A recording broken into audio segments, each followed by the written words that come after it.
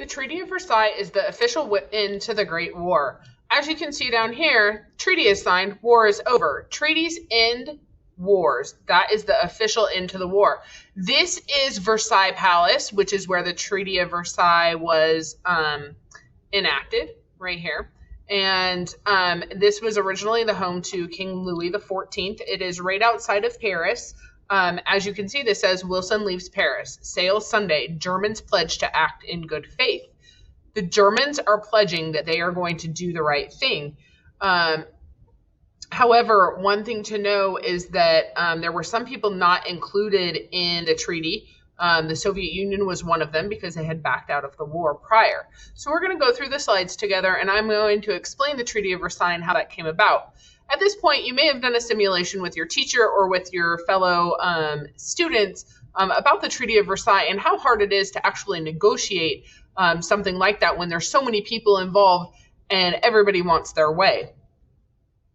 World War I was fought between the Allies and the Central Powers from 1914 to 1918. It's important to remember that the United States was not involved until 1917. And as you can see, this map shows us the Allies, the Central Powers, and the neutral countries. It also shows us major battles, naval attacks, and the battlefront. And so it's always important to look at your key so that you understand what is happening. Right here, you see the Eastern Front. So this is the battlefield. You also see that this is the Western Front right here. And then, of course, we have the Italian Front. It also labels some things for you so that you can understand them. This is the sinking of the Lusitania.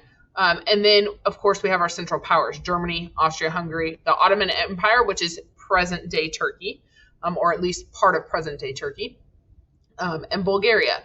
You also see the Allies, France, Italy, United Kingdom, Russia.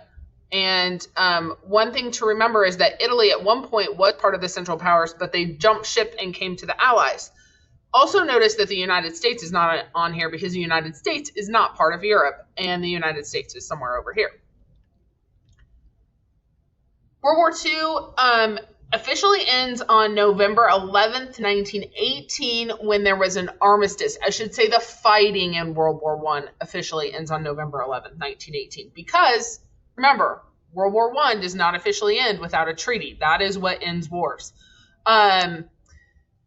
November 11th is also currently Veterans Day, but it originally marked the end of the war. And you can see these people here during the time period. Germany surrenders. War is over. Fighting has stopped. This is a good indication. These are primary source documents. It tells us what's happening in the time period. This was the largest, most deadly, and far most destructive war the world had ever seen. Of course, it's called World War I for a reason, and that is because it's the First World War. 8.5 million soldiers and 13 million civilians, non-military personnel, had died as a result of the war. The idea of 8.5 million soldiers dying, 8.5 million people all dying, is the idea of the entire, not only city of Houston, but the metro area. So all those suburbs that surround Houston, everybody in this area dying and not being alive anymore. And so that's a great number of people. And then on top of it, to have 13 million civilians die, that's 21.5 million. That's the size of Dallas, Los Angeles, New York, and Houston together, just about. And so that's quite a few people. This is a picture from that time, from World War I, of all of the deaths. And people did have to be laid out side by side because there just was not enough places to put them fast enough. Not only is it the most destructive, most deadly war, but 21 million soldiers are also wounded during the war. And so we need to think of the effects. These men came home with facial deformities, sometimes missing limbs like their arms or their legs, and also mental health issues, which was not really addressed back then. And they had various names for it, but for sure these men really suffered because of what they had seen and witnessed during the war. Homes, farms, and towns were destroyed. The cost of the war was over $338 billion, and most of the national treasuries were empty. Countries were poor and did not have resources to pay for them. Also, think about this. This is not only a battlefield, but this had probably been somebody's farm, and they cannot put animals on that. They can't grow crops. And so people are on the verge of starving. This is probably an old church, it looks like, which was destroyed during the war. This was a town that was destroyed. In 1919, representatives from 32 different countries attended what was called the Paris Peace Conference to write a treaty to end the war. The conference was led by what we call the Big Four, and those are Britain, France, Italy, and the United States. The U.S. president is Woodrow Wilson, who is seated right here. You have Italian Prime Minister Vittorio Orlando, who is shown right here. French Premier Georges Clemenceau, and then British Prime Minister David Lloyd George. Those are the four men representing those four countries who are going to work out a deal to end the war. Neither Germany nor any of the Central Powers were allowed to attend, and Russia couldn't attend because they had already quit in World War I. Remember, they backed out. That is due to them having their own internal civil war at the time, which is called the Russian Revolution. And this is how people like Vladimir Lenin and Joseph Stalin end up coming to power when we get to World War II. So remember that, because Russia at this time switches to become a communist country. Creating a treaty by no means was easy because we all had different agendas. Georges Clemenceau, seen here, Vittorio Orlando, seen here, David Lloyd George, who is right here, and then Woodrow Wilson. They all had different ideas. You have to remember, these are men of power, and they by no means are going to back down. And so they had to come up with some kind of a deal in order to figure out how they were going to end the war. Britain and France wanted largely to weaken Germany so it could never go to war again. They were the ones who saw most of the destruction during the war, and so, of course, they wanted to minimize that in the future. They did not want any part of that again. Britain and France also wanted Germany to accept full blame, and they wanted them to pay reparations. The word reparations means that they're going to pay money, and they also wanted them to lose all overseas colonies. Now, countries have colonies for various reasons, mostly because they want trade and resources, however. It's also a nationalist thing.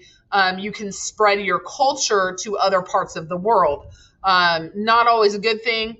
And Germany, Britain, France, many of them had colonies throughout Africa, Asia, and then other parts of the Caribbean also. And so they wanted to limit Germany. That would really cause them some damage if they were able to do that, because they would not have trade and they would lose some resources and their hold on overseas territories. Now, Woodrow Wilson disagreed and thought that Germany should not be punished so harshly. And he presented what was known as the 14 points, which was his peace proposal to end the war. What this says, this is Wilson's 14 points in 1918. 14 different points, and I'm going to tell you about them, and then I'm going to put them in language we all understand. Opening covenants of peace openly arrived at. That means that we're going to not have any secret deals. Absolute freedom of navigation of the seas in peace and war. Nobody's going to shoot anybody's boats and sink them. That's basically what they're saying. Removal of all economic barriers to the equality of trade among nations. Okay, so you're going to have trade, equal trade. Reduction of armaments. Armaments, this word right here means weapons. So reducing weapons to the level needed only for domestic safety. So they wanted Germany to get rid of some of their weapons. Impartial adjustments of colonial claims. That means that they wanted them to get rid of their colonies. Points 1 through 5. Wilson hoped to eliminate the causes of World War I and call for an end to secret treaties, alliances, freedoms of the seas, eliminating imperial colonies, and reducing national militaries. You have to remember, these are all things, if you remember your causes of World War I, those are things that had taken precedence and created the situation we were in. Okay. Evacuation of all Russian territory. Russia to be welcomed into the Society of Free Nations. They wanted Germany to evacuate the territory they had taken over. Evacuation and restoration of Belgium. Evacuation and restoration of all the French lands. Return of the Alsace-Lorraine to France. This is on the German-French border, and they wanted Germany to give that back. Readjustment of Italy's frontiers along lines of Italian nationality. So they wanted to readjust the borders. Self-determination for the former subjects of the Austro-Hungarian Empire. So they wanted them to be able to self-determine how they were going to be run. Evacuation of Romania, Serbia, and Montenegro. Free access to the sea for Serbia. Self-determination for the former subjects of the Ottoman Empire. Secure sovereignty for the Turkish portion.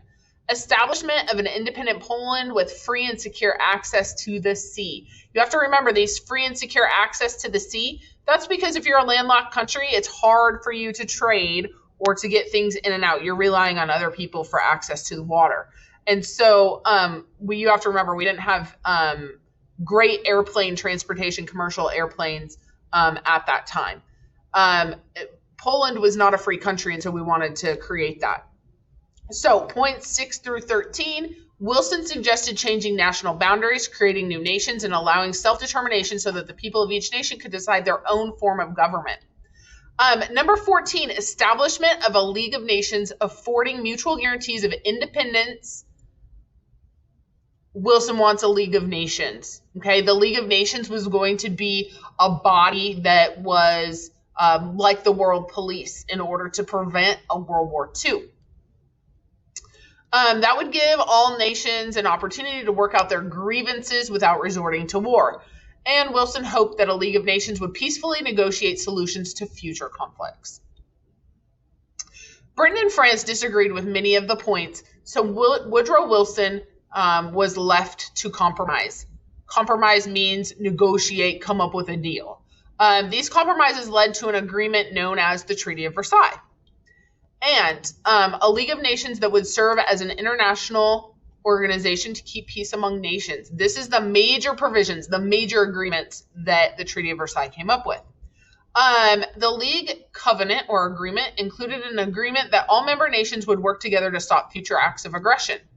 The League also included an international court of justice to settle disagreements. Germany also had to give up any land in Europe and all of its overseas colonies. So that border on the French border, the Alsace-Lorraine, they had to give that up.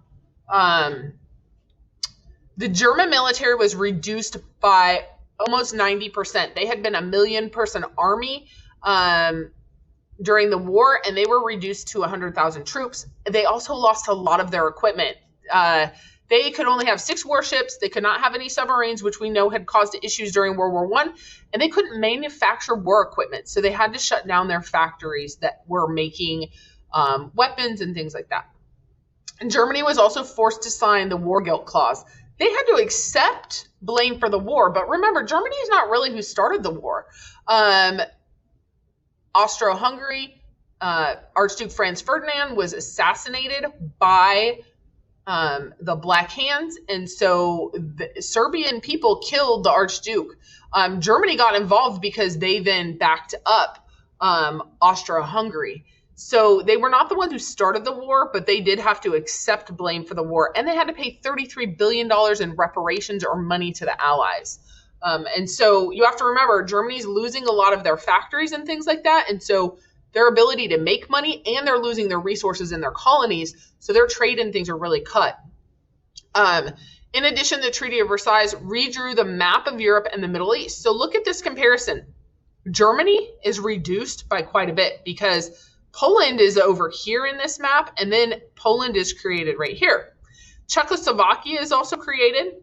This will be important for you to know when we get to World War II. So note, because Poland and Czechoslovakia become a source of contention for Germany right before World War II begins.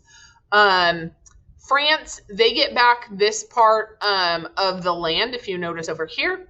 Luxembourg is right here, and it's still right here, but France does get back some of this land over here. And then Italy, does change a little bit too. Yugoslavia is created. Austria-Hungary becomes two separate countries. Romania changes in size. Bulgaria. And then look, the Ottoman Empire, I mentioned this earlier, becomes Turkey. Also, look, we get Syria, Lebanon, Palestine, Transjordan, and Iraq out of these. So these are all new nations, and then Allied occupied zones. So that's what we get out of this time period, and the changes between World War I and then World War II ending, or World War I ending. So Central Europe is redrawn. Lands taken from Germany to create Poland, like I said, and the German-French border was demilitarized. Oh, that's the other thing I did not mention. Germany cannot have a military right here. They have got to withdraw their military because we do not want to force or have a future invasion happen. Also, so Russia gives up some land when it left the war earlier. And so some of these countries, Latvia, Estonia, Lithuania, are all created. Also, look, Finland is created during this time.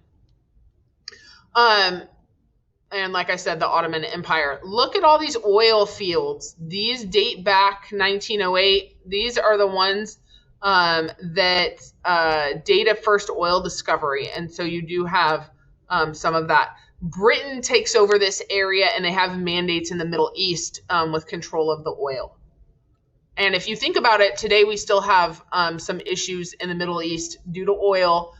We've had several wars that can be attributed to that.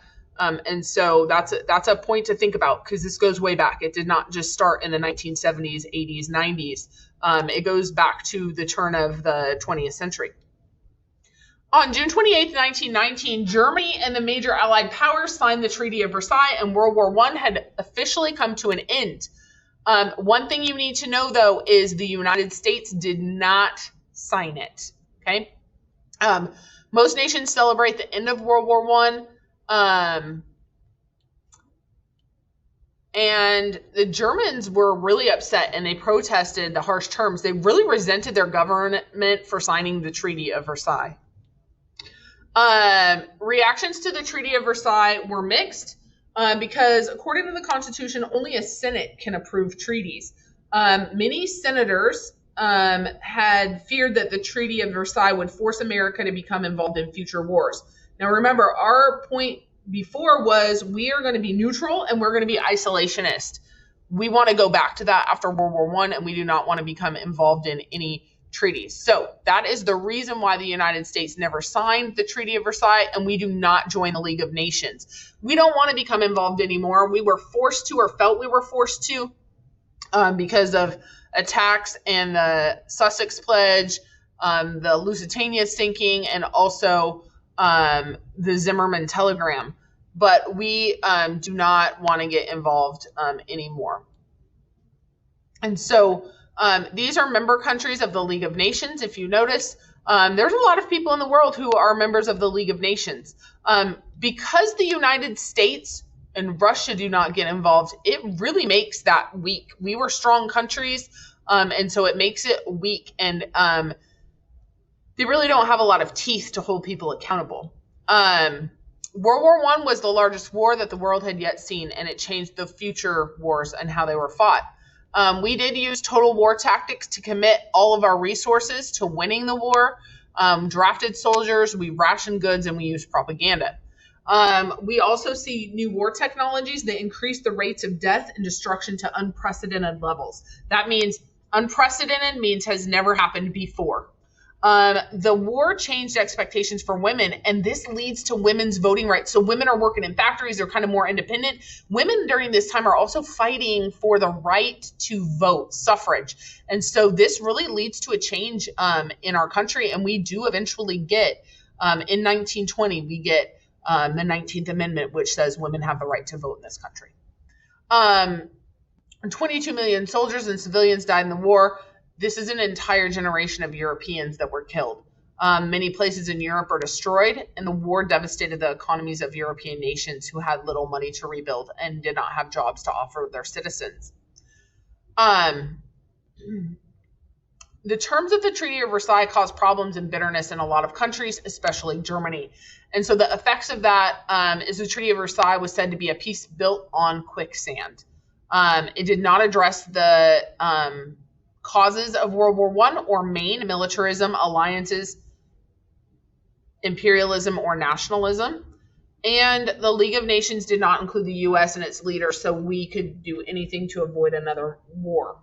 There was also high unemployment and desire for revenge, and this leads to the dictators of World War II in the 1920s and 30s. And you will talk about them. People like Adolf Hitler, Hideki Tojo, and Benito Mussolini, who rise to power in the 1920s and 30s.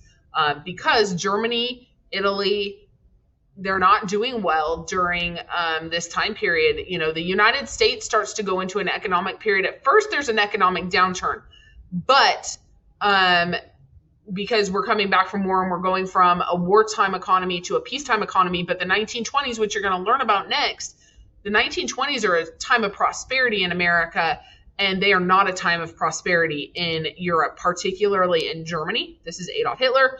Or in Italy, and this is Benito Mussolini. And they really play on the factor that they're going to return Germany and Italy to this grand status that they had prior to World War I. So that is the end of your lecture today. Please do your questions. If you have not been doing them well, you have followed this.